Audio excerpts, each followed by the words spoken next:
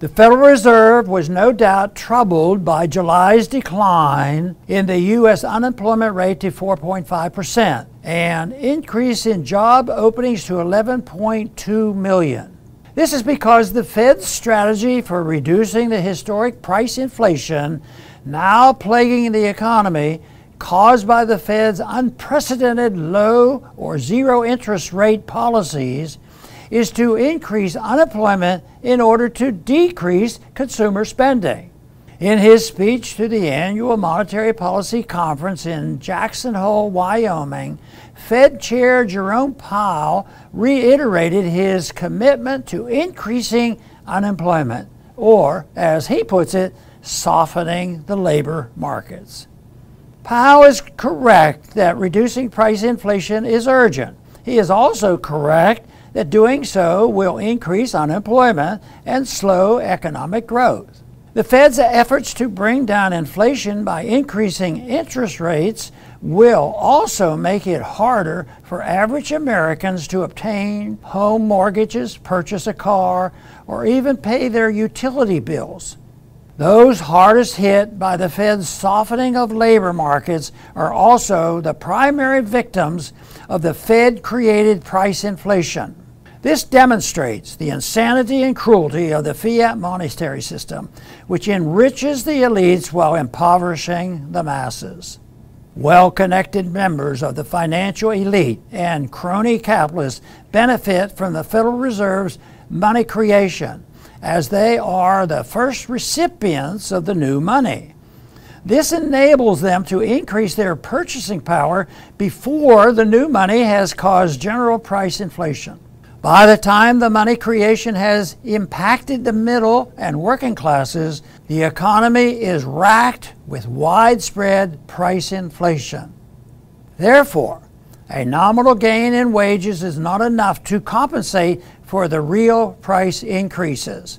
So average Americans suffer from both Fed-created inflation and the Fed's attempts to rein in that inflation. It is amazing that more individuals do not question the idea that inflation, recessions, unemployment, and booms and busts are necessary features of a sound monetary system.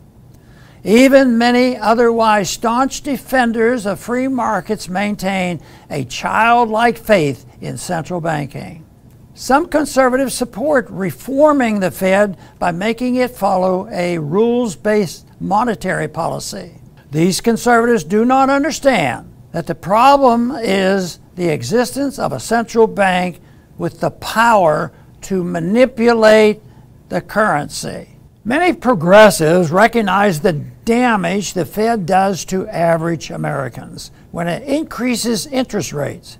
However, their solution is a cure worse than the disease.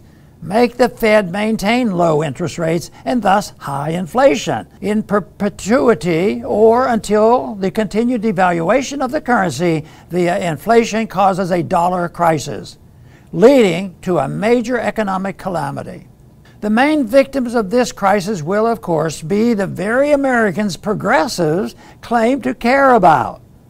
The Federal Reserve's failure to fulfill its dual mandate of producing stable prices and full employment, combined with the damage it inflicts on the American people, make the best case for changing our monetary policy. A stable currency, safe from manipulation by politicians or central bankers, would provide the basis for long-term prosperity that benefits everyone, not just the crony capitalists and the power-hungry politicians.